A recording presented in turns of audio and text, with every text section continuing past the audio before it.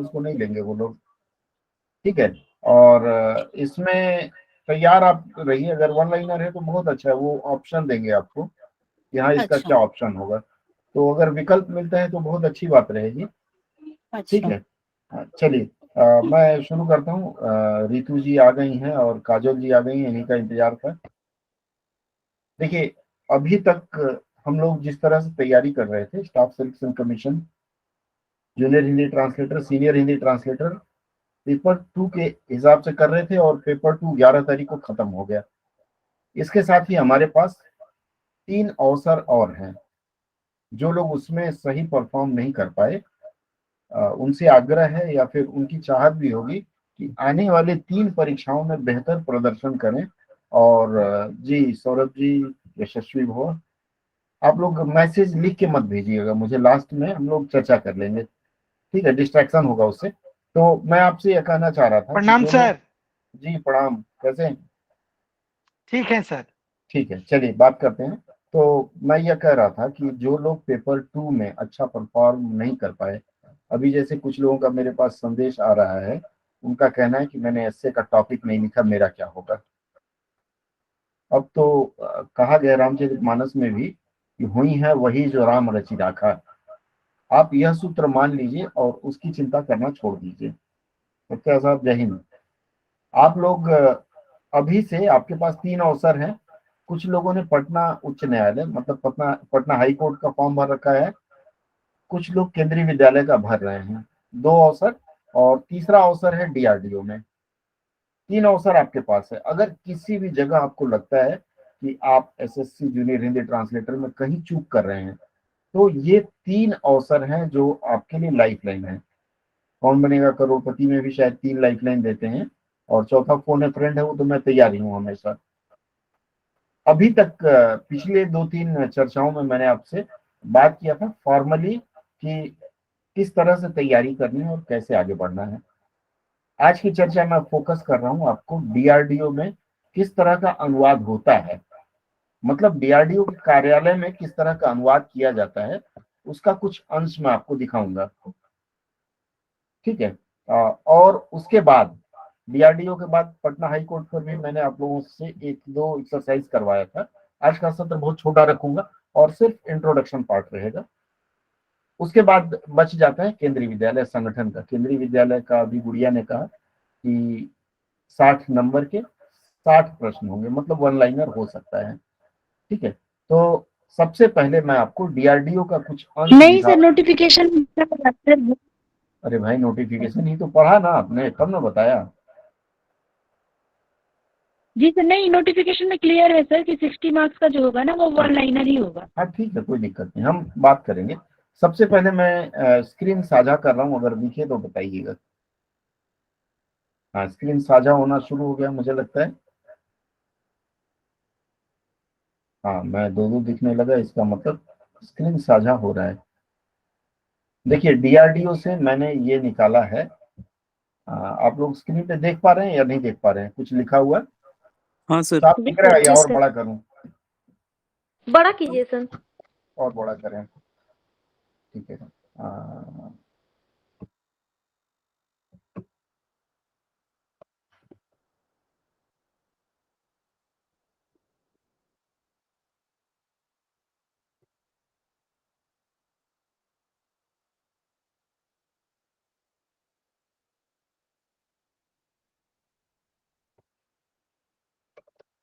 देखिए, देख पा रहे हैं अब आप लोग? भागता ही जा रहा है।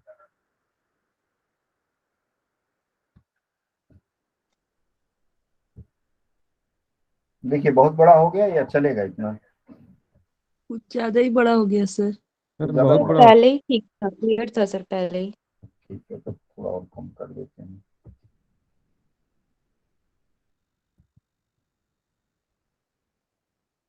मुझे लगता है इतना काफी है।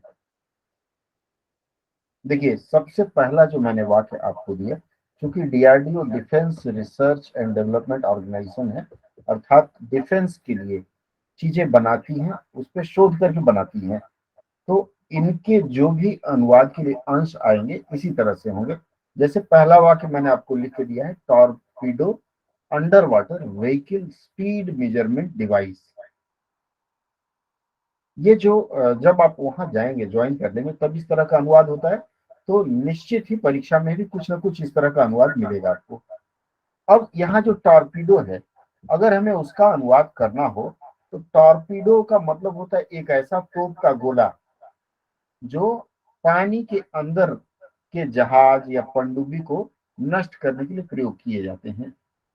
क्योंकि उसके लिए कोई उपयुक्त शब्द मुझे नहीं मिल पाया, 3-4 शब्दकोशों में मैंने देखा, तो नियम यह कहता है अनुवाद का कि जिस शब्द का आपको अर्थ न समझ में आए उसका आप लिप्यंतरण कर लेंगे। इसका आप टॉर्पीडो लिप्यंतरण कर सकते हैं, ठीक है। इसके बाद का जो अंश है under water vehicle speed measurement device. Under water का मतलब पानी के अंदर रहने वाला, व्हीकल का मतलब होता है, क्या होता है व्हीकल? वाहन। वाहन। हाँ वाहन। स्पीड का मतलब गति, मेजरमेंट का मतलब मापक, और डिवाइस का मतलब आप उपकरण कर सकते हैं। तो अंडर वाटर के लिए एक शब्द आप ले सकते हैं जल के अंदर का वाहन, या फिर आप यह शब्द ले सकते हैं कि पानी के वाहन, या पानी के अंदर कौन सा वाहन रहता है? पनडुब्बी। बिल्कुल। तो पनडुब्बी। अगर इसकी हिंदी मुझे लिखनी हो अंडर वाटर व्हीकल, तो इसके लिए सबसे अच्छी हिंदी जो मुझे समझ में आती है, इसे हम पनडुब्बी लिख सकते हैं। जी सर। पनडुब्बी। पनडुब्बी वो देखिए, मेरी सबसे बड़ी कमजोरी है कि मैं जो टाइपिंग करता हूँ वो मैं फोनेटिक में करता हूँ। फोनेटिक कीबोर्ड मतलब जैसा लिखते हैं वैसा ही आता है, जिसके कारण मुझे देखिए कितनी बार इसमें सुधार करनी पड़ती है। अभी भी वक्त है, आप लोग इंस्क्रिप्ट में टाइप करना सीख लीजिए, क्योंकि मेरी स्पीड इतनी हो गई है जब मैं वापस नहीं जा पा रहा हूँ, ठीक है। तो अंडर वाटर व्हीकल को आप पनडुब्बी लिख दीजिए, बहुत अच्छा शब्द है इसके लिए। स्पीड मेजरमेंट, स्पीड का मतलब होता है गति, तो यहाँ की लगा देंगे। की मान लीजिए यहाँ छुपा हुआ है, पनडुब्बी की गति मापने मापने का आप यंत्र लिख लिए, या फिर क्या मैंने बोला, उपकरण लिख लिया, ठीक है। मापने का जो शब्द है, ये जो मापने का है, इसके लिए अगर हम हिंदी भाषा में देखें तो मापक शब्द का प्रयोग ज्यादातर हम लोग करते हैं, ठीक है। तो अगर हम यहाँ मापक प्रयोग करते हैं तब ये की का प्रयोग नहीं करेंगे, ध्यान दीजिएगा। पनडुब्बी गति मापक उपकरण या फिर यंत्र, दोनों में से कोई लिख सकते हैं। इसके बाद अगला जो वाक्य है इसका बस एक झलक मैं दिखा रहा हूं। प्रोजेक्ट डिस्क्रिप्शन, प्रोजेक्ट का मतलब होता है परियोजना, डिस्क्रिप्शन का मतलब होता है विवरण। उसके बाद का जो अंश है वह कहता है to develop a new torpedo slash under water vehicle speed measurement device. इसका हम अनुवाद कर चुके हैं। टू डेवलप मतलब विकसित करने के लिए। क्या विकसित करने के लिए? ए को छोड़ देंगे, नया टॉर्पीडो या फिर पनडुब्बी गति मापक, डिवाइस का मतलब उपकरण या यंत्र। उसके बाद क्या लिखता है? टू मेजर, क्या मेजर करने के लिए? The absolute speed of the vehicle up to KT speed. KT speed ये पानी के अंदर जो चीजें चलती हैं उनकी गति को केटी से मापते हैं। जैसे मान लीजिए पानी के बाहर जो है हवा में जो चलता है उसको मैक से मापते हैं, तो इसी तरह केटी है, ठीक है। तो यहाँ जैसे मेजर द एब्सोल्यूट, एब्सोल्यूट का मतलब परफेक्ट होता है या सटीक, स्पीड का मतलब गति, ऑफ द व्हीकल, व्हीकल मतलब वाहन, up to KT speed level of 50 to 60 KTs. तो इसमें हम आ जाएंगे 50 से 60 केटी तक के उनके सटीक गति के मापन के लिए, या फिर ऐसा उपकरण जो केटी वैसे ही लिखेंगे। हाँ केटी, चूंकि इसका आप हिंदी ढूंढिएगा, अगर मिले तो हिंदी लिख सकते हैं। मुझे नहीं लगता कि इसकी हिंदी आपको मिलेगी, केटी का ये एब्रीविएशन है, इसका आपको बड़ा रूप मिल जाएगा। मैं चाहूंगा कि आप उस पर मंथन करें और केटी का जो बड़ा रूप है उसको ढूंढ के निकालें। तो बड़ा रूप जो निकलेगा आप उसे लिख सकते हैं, नहीं तो केटी लिख लीजिए, वो ज्यादा अच्छा है। उसके बाद अगला वाक्य है, the accuracy of measurement should not be affected by the vehicle acceleration and flow dynamics around its body. इनका ये कहना है कि जो व्हीकल है, जो वाहन है, या फिर पनडुब्बी कह सकते हैं, जो पनडुब्बी है, एक्यूरेसी ऑफ मेजरमेंट मतलब मापन की, एक्यूरेसी का मतलब सटीकता, शुद्धता। हाँ शुद्धता, should not be affected by the vehicle acceleration. Acceleration का मतलब होता है गति, मतलब वाहन की गति से एक्यूरेसी, मैंने बताया सटीकता या शुद्धता, किस पे, मापन की शुद्धता पर किसी का प्रभाव नहीं पड़ना चाहिए। किसका प्रभाव नहीं पड़ना चाहिए? व्हीकल एक्सेलरेशन मतलब वाहन की गति, और फ्लो डायनेमिक्स, फ्लो डायनेमिक्स के लिए क्या लिखेंगे आप लोग?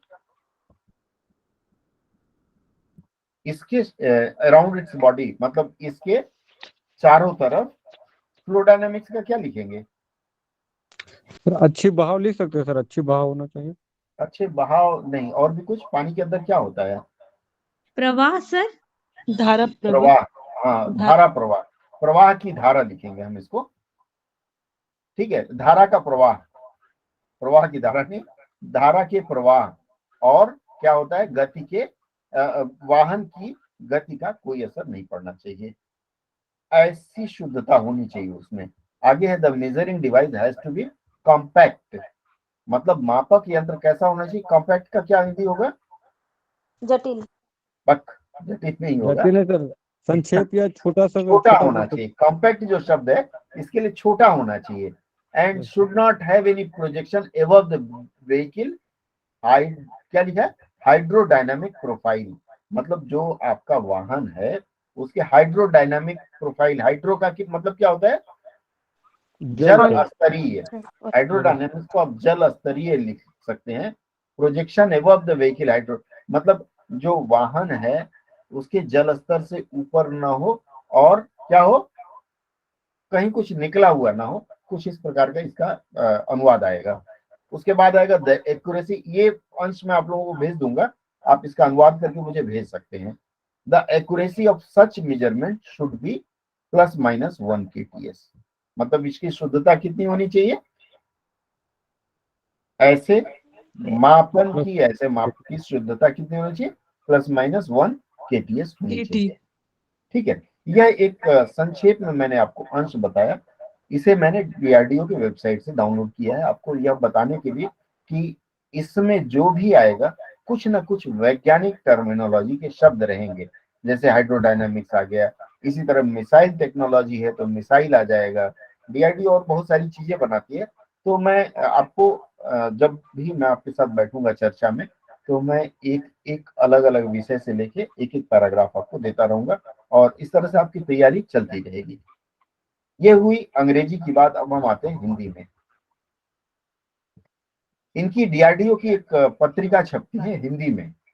क्योंकि अंग्रेजी से हिंदी लिखना तो बहुत आसान है, क्योंकि अमूमन हम लोगों का अभ्यास भी है। हिंदी से जो अंग्रेजी में किया जाए वो उसमें कठिनाई भी आती है, और इस बार एसएससी में भी आप लोगों को काफी कठिनाई महसूस हुई है। तो मैं थोड़ा सा उसकी झलक दे करके और फिर आपसे बात करता हूँ। देखिए, हम यहाँ शुरू करें, देख पा रहे हैं?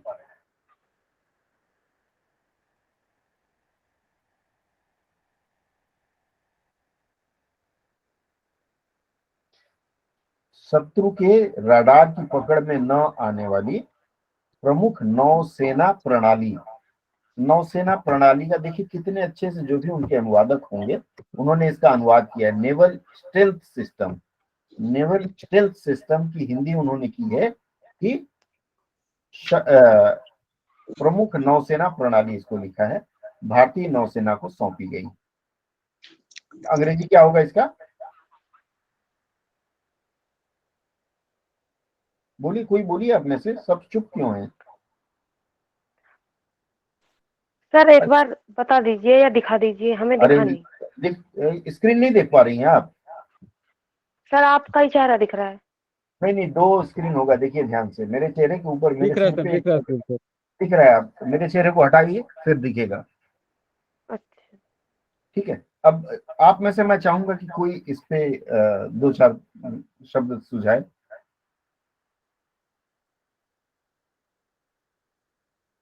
सर प्रमुख नौसेना प्रणाली जो है इसको हम लोग सब्जेक्ट मान सकते हैं क्योंकि किस उसी के बारे में बोला गया है, जी जी, प्रमुख बिल्कुल सही नौसेना। कह रहे हैं। हाँ, आगे।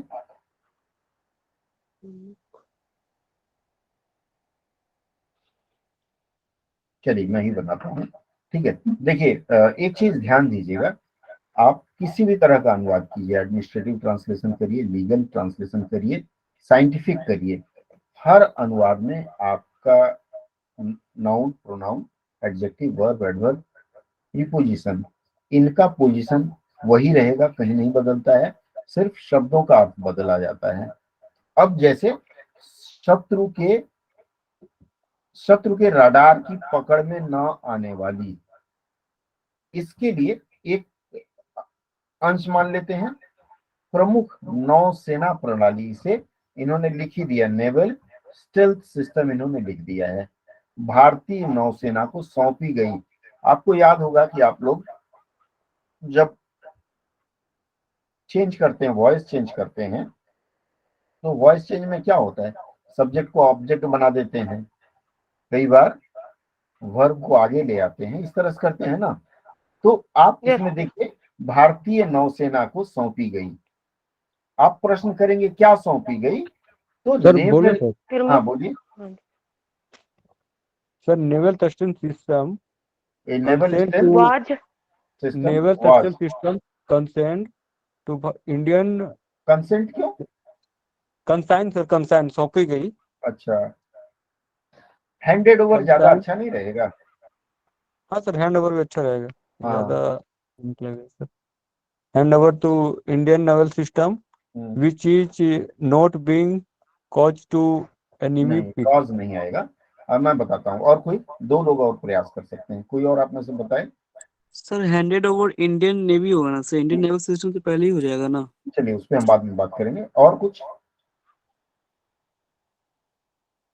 सबसे पहले देखिए, आप इसका गुण क्या है, शत्रु के रडार में पकड़ में न आने वाली प्रमुख नौसेना प्रणाली। अंग्रेजी की रीति होती है कि ए से हम वाक्य शुरू करते हैं, कहीं कहीं करते हैं, नहीं करते हैं। तो जी हम सर। इसकी शुरुआत कर सकते हैं, ए नेवल स्टेल्थ, STEALTH सिस्टम। ठीक है, ए नेवल स्टेल्थ सिस्टम जो शत्रु के रडार में पकड़ में नहीं आ सकती। ठीक है, इसमें लिखेंगे विच कैन नॉट बी। नोट पकड़ने के लिए यहाँ कैच नहीं लिखेंगे, यहाँ क्या लिखेंगे, डिटेक्ट करना। जैसे मान लीजिए किसी को ब्लड शुगर की बीमारी पकड़ी गई, बोलते हैं ना, इसके अंदर ब्लड शुगर की बीमारी पकड़ी गई। तो ब्लड शुगर की बीमारी जो है, उसके लिए पकड़ने के लिए कॉन्टेक्टेड नहीं लिखेंगे, डिटेक्ट या किया सर, कॉट पता नहीं, लगा। डिटेक्टेड होगा। इसी तरह से यहाँ डिटेक्टेड होगा, तो लिखेंगे a naval stealth system which can not be detected. किससे? रडार से। लिखा है ना, शत्रु के रडार की पकड़ में, detected by the enemy radar. Radar, ये मैंने बताया। सबसे पहले मैंने एक वस्तु लिया। वस्तु क्या लिया? नेवल स्टेल्थ सिस्टम, ये मैंने वस्तु लिया। अब वस्तु का विशेषण हो गया जिसे पकड़ा ना जा सके। ठीक है, विच कैनॉट बी डिटेक्टेड, जिसे पकड़ा ना जा सके, यह उसकी विशेषता हो गई। किसके द्वारा? बाय द एनिमी रडार, ये यहाँ कर्ता हो गया। ठीक है, और ये जैसे आप एक्टिव पैसिव करते हैं उसी रूप में हमने बनाया है। ठीक है, उसे किसे सौंपा गया? भारतीय नौसेना को सौंपी नौसेना गई। को। ठीक है, आप सौंपी गई है अगर लिखा हुआ है तो हैज बीन, नहीं तो हैंडेड आप जानते ही हैं, प्रेजेंट इंडेफिनिट पास्ट इंडेफिनिट रूप है ये। हैंडेड ओवर, किसको? हैंडेड ओवर के बाद टू लगाएंगे, इंडियन नेवी। ये देखिए कितने अच्छे से और कितनी आसानी से अपने इस वाक्य का अनुवाद कर लिया। अब इसमें सर। देखने, हाँ एक मिनट में बोल लूं, सर ये एक मिनट में बोल लूं। जी देखिए सर। अब सबसे पहले आपने पूछा, प्रश्न किया क्या सौंपी गई, तो नेवल स्टिल्थ सिस्टम सौंपी गई। अब जो चीज सौंपी गई है उसकी खासियत क्या है, तो उसे शत्रु के रडार से पकड़ा नहीं जा सकता, मतलब उसके रडार में ये दिखाई नहीं देगा। मतलब एक वस्तु और उसकी विशेषता, ये दोनों साथ साथ चलते हैं। मैं पहले ही बता चुका हूं कि क्रिया के साथ विशेषण, मतलब क्रिया विशेषण, या फिर संज्ञा के साथ विशेषण, ये दोनों भाई बहन है, साथ साथ चलते हैं, चाहे आगे चाहे पीछे। ठीक है, आगे पीछे का सूत्र भी मैं बता चुका हूं, तो इसे एक साथ रख लिया गया। अब इसको क्या किया गया, इसको भारतीय नौसेना को सौंपा गया। सौंपने के लिए शब्द है हैंड ओवर करना। ठीक है, तो हैंडेड ओवर, किसको हैंड ओवर किया गया, तो भारतीय नौसेना को। और इस तरह से एकदम परफेक्ट आप अनुवाद इसका कर लेते हैं। अब बताइए किसका क्या प्रश्न था इस विषय पर? सर बोल रहे थे नवल स्टेल्थ सिस्टम हाँ। Handed over to Indian navy करने के बाद विच कैन मतलब नहीं लिख सकते नहीं, हैं नहीं, नहीं, इंडियन। नहीं, आप उसकी विशेषता, अमूमन क्या होता है कि या तो क्रिया की विशेषता, मतलब क्रिया विशेषण क्रिया के साथ रहता है, या किसी वस्तु की विशेषता उस वस्तु के साथ रहती है। व्याकरण में क्या तो लिखते जैसे हैं? ये सब्जेक्ट है तो सर सब्जेक्ट की जो ये एडजेक्टिव का काम करेगा, ये जो वी कैन डेफिनेटली आप नोट बी। देखिए, मैं आपको शुरू से बताते आया हूं कि आसान अनुवाद करने के लिए किसी पुस्तक में आपको लिखा नहीं मिलेगा जो मैं बता रहा हूँ। ठीक है, ये मैं अपने मन से सोचता हूँ आसान अनुवाद करने के लिए। तो मुझे ये लगता है कि अगर 3-4 शब्द किसी वस्तु की विशेषता बता रहे हैं, तो उन शब्दों को मैं उसकी विशेषता मतलब एडजेक्टिव मान लूंगा। अगर किसी क्रिया की विशेषता बता रहे हैं तो मैं उनको एडवर्ब मान लूंगा। और नियम यही कहता है कि जो एडजेक्टिव या एडवर्ब है वो अपने मूल शब्द के आसपास ही रहेगा ना। राजा जी के जी। साथ ही, दूल्हे के साथ ही तो बाराती रहते हैं, अलग रहते हैं, यस सर। तो नो दूल्हा और बाराती मान के चलते हैं। ठीक है पूजा जी, और किसी को कोई प्रश्न इस संरचना में? नहीं सर। ठीक है, आपको जब भी अनुवाद करना है तो ये घबराना नहीं है, ये साइंटिफिक अनुवाद है, लीगल अनुवाद है, कभी नहीं। आपको अपने आप से ये पूछना है कि मैंने सूत्र में क्या सीखा है। मैंने सीखा है subject verb object, noun pronoun adjective verb adverb preposition interjection conjunction, इसके स्वरूप को मैं कैसे कर लूं, मतलब सेंटेंस फॉर्मेशन, बस वही लेके चलना है। अगला वाक्य दिखाता हूं। प्रतिष्ठित, यहाँ प्र छूट गया है, प्रतिष्ठित स्वदेशी विमान वाहक विज्ञान तथा प्रौद्योगिकी प्रयोगशाला, इसका नाम है NSTL विशाखापट्टनम द्वारा, एक मिनट ले लेता हूं, इसको छोटा कर दूं।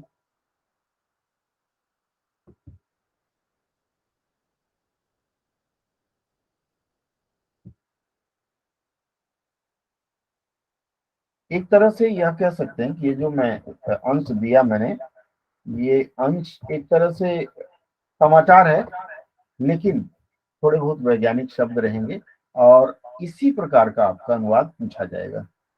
यहाँ प्र छूट गया, प्र लिख देते हैं।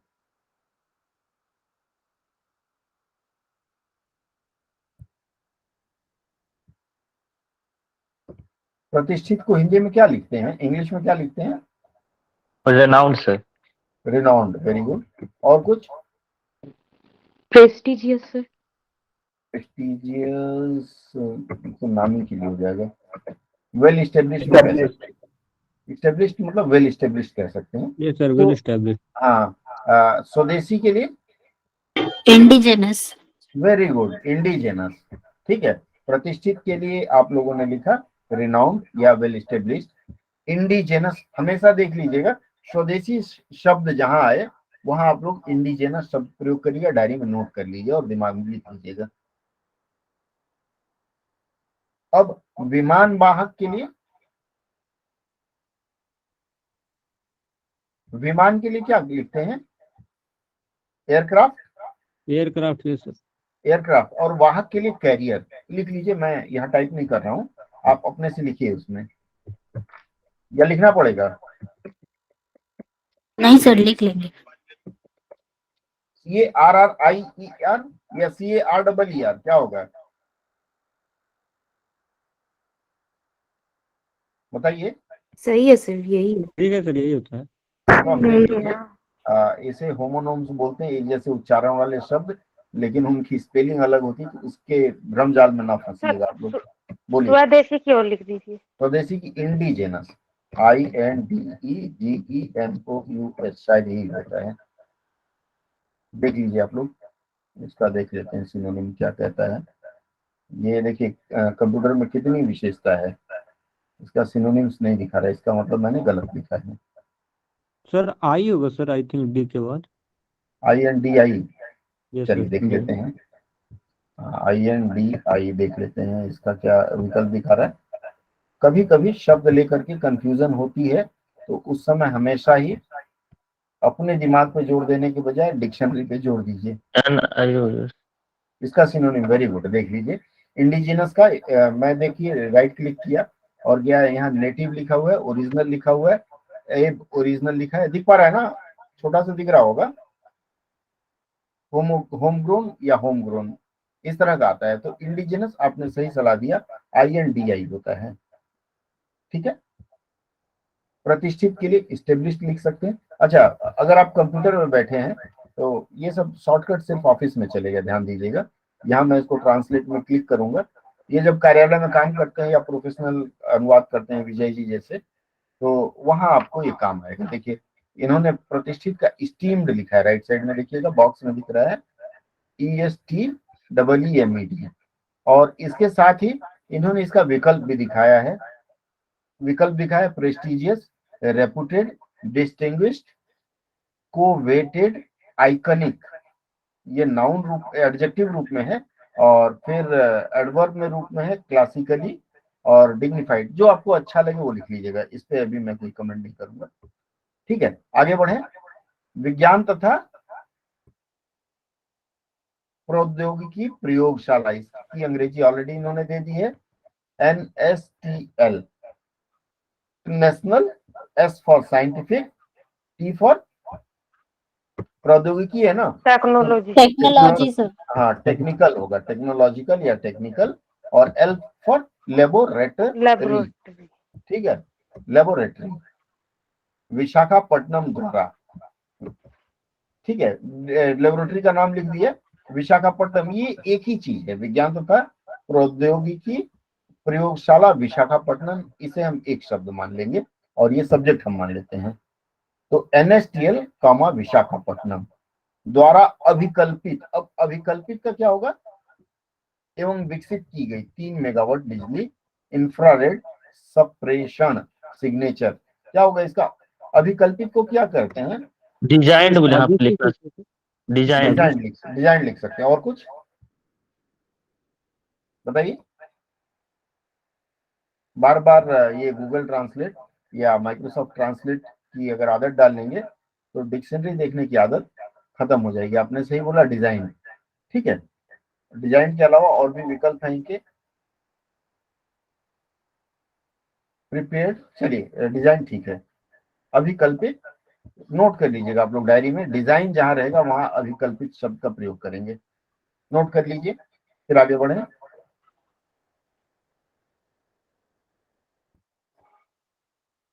तो लिख लिया ना आप लोगों ने, जी अभिकल्पित। सर। जी सर। सर एक अभिकल्पित, बार फिर से बोलिए ना सर डिजाइन के बारे में। मैं नहीं, ये जो शब्द दिखाया आपको ना, अभिकल्पित जो शब्द है इसके लिए डिजाइंड है, ओके सर। एवं विकसित का develop, developed. Design and develop. तो हम यहाँ ये शब्द लेंगे, डिजाइंड एंड डेवलप्ड बाई क्या, डिजाइन एंड डेवलप पहले आ जाएगा बाई NFCL विशाखापट्टनम। क्या चीज, तो indigenous aircraft carrier designed and developed by क्या, NSTL विशाखापट्टनम।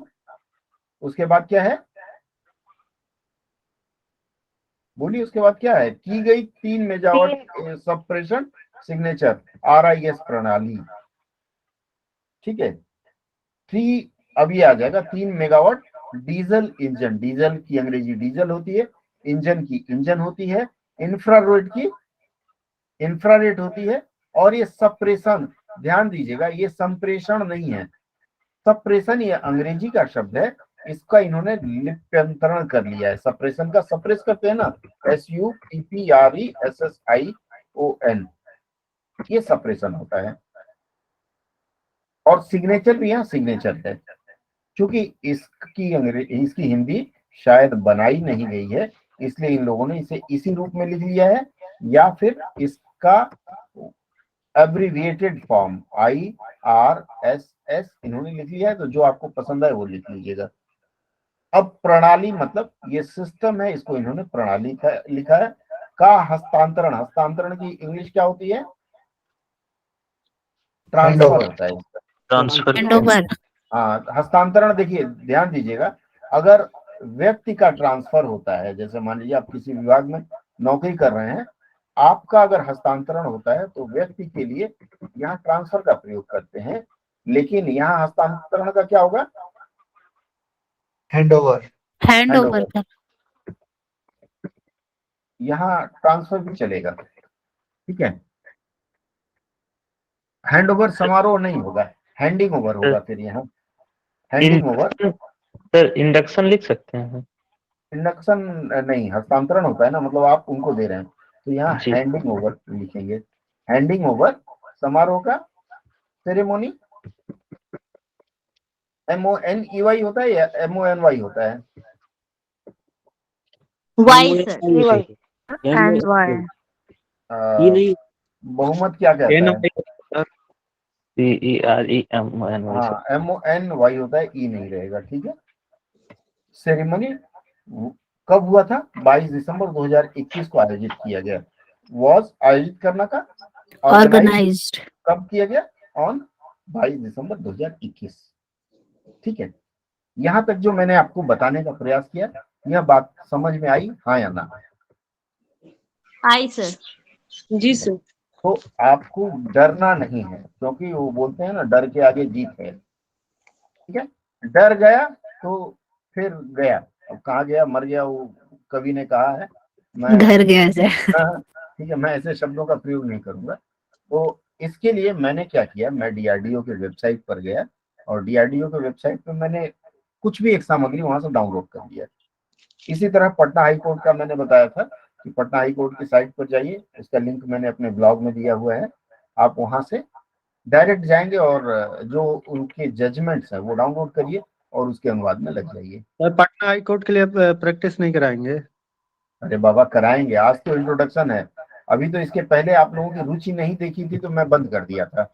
अब अगर आपकी रुचि बनती है, आज के बाद अगर आप लोगों को लगता है कि ये चर्चा जारी रहनी चाहिए, तो फिर आप लोग मुझे अपनी इच्छा बता देंगे, तो हफ्ते में कम से कम 2 से 3 दिन मैं अलग से रात में 9 बजे इस चर्चा में आप लोगों को आमंत्रित करता रहूंगा, ठीक है। अब आप लोगों की इच्छा जानना चाहूंगा, जी सर करवाइएगा सर। जी सर करवाइए सर। क्योंकि हमारा जी सर। उद्देश्य है कि सिर्फ केंद्रीय विद्यालय ही नहीं, आप जहां भी जाएं, आपके पास इतना सुकून हो कि आप उसे आराम से कर लें, ठीक है। सर बिगिनर्स के लिए भी कुछ रखिए, हम बिल्कुल शुरुआत से पढ़ाई कर रहे हैं। ठीक है शिवानी अनुवाद जी, बिल्कुल शिवानी जी की बात रखी जाएगी।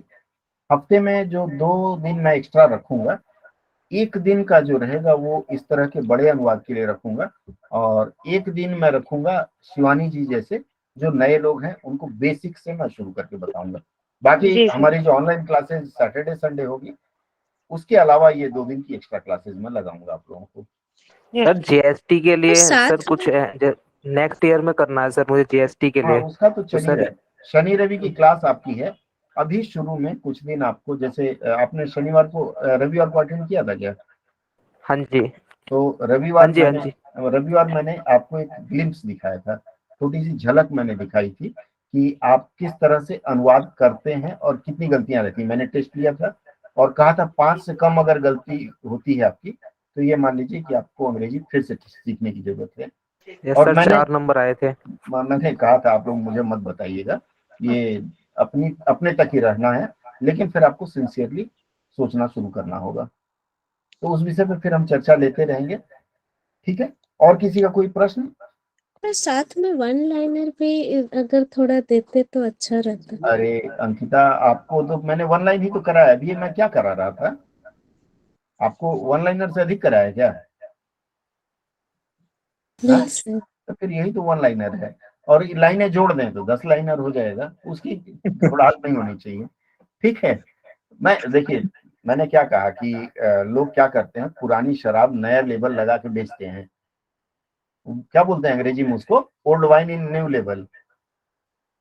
तो वो काम नहीं करना है। आप बेसिक्स जान जाएंगे ना, तो सांप पकड़ने का मंत्र आएगा तो कोबरा भी पकड़ लेगी, अजगर भी पकड़ लेगी, वो मंत्र मैं आपको सिखा रहा हूँ, ठीक है। लक्ष्मण जी बोलिए, बहुत देर से हैंड्स अप करके रखे हैं। नहीं सर, वही बोल रहे सर कि करवाइए, अच्छा सर, हम लोग सपोर्ट हैं। ठीक है, सपोर्ट मुझे नहीं चाहिए, मुझे सपोर्ट नहीं तो मतलब आपको खुद को आपका सपोर्ट करना है। नहीं सर, आपका सपोर्ट हम लोग को चाहिए। क्लासेस मेरी, मैं सुबह मैसेज दे दूंगा कि आज शाम की क्लास रहेगी, शाम को आप लोग इकट्ठा हो जाइएगा मंच पर, फिर बातचीत करेंगे। रजामंदी चाहिए होगी।